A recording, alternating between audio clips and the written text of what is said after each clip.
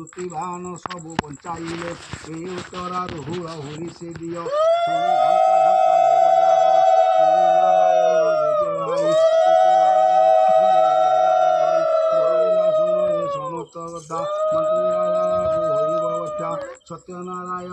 ସତ୍ୟନାରାୟଣ ବୋଲିଣ ହୋଇ ସୂର୍ଯ୍ୟ ଦେବତାକୁ ଜୟ ଜୁହାର ହୋଇ ସେ ସାତ ତନ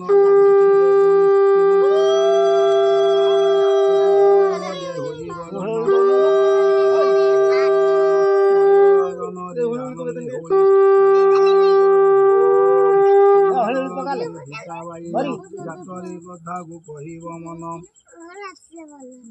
ସମସ୍ତେ ଲେଉଟିଣ ଯେ ବଚନ ଦୁତିବାହନକୁ କଲେ ଯେ ଜାଣ ଏ ସତୀ ସକର ହୋଇଲେ ଜାଣି ଦୁଇ ସଖୀ ଯାକ ବସିଲେ ଜାଣି ତାରାବତୀ ନାରୀ ହୋଇଲା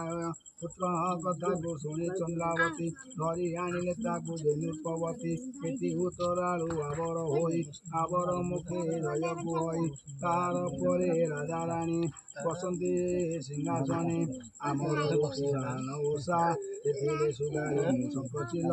ବୁଲୁଥିଲୁ ଯେମିତି ବହୁରି ବିଲ ବାନ୍ଧିଥିଲୁ ଏକ ବୃକ୍ଷରେ ବସା ସେଦିନ ପଡ଼ିଲା ଦ୍ୱିତୀୟା ଓଷା ଦେବକନ୍ୟା ମାନେ ସମୁଦ୍ର କୂଳେ ଓଷା କରୁଥିଲେ ସଂଘଳରେ ଦୁତିବାହନ ଓଷା ଯେ କାହାଣୀ ଶୁଣି ଓଷା କଲୁ ବେନି ମିତ୍ରଣୀ ରହିଲୁ କିରଣ ରକ୍ତ ଦନ୍ତେ ଯୁଗପୁତ୍ରକୁ ଦେଖି ଅନନ୍ତେ ପୁତ୍ର ଓ ପୁତ୍ରିକ ଯେ ମହିତ୍ର ଏ ଜନମେ ଓଷା କରନ୍ତି ତାତ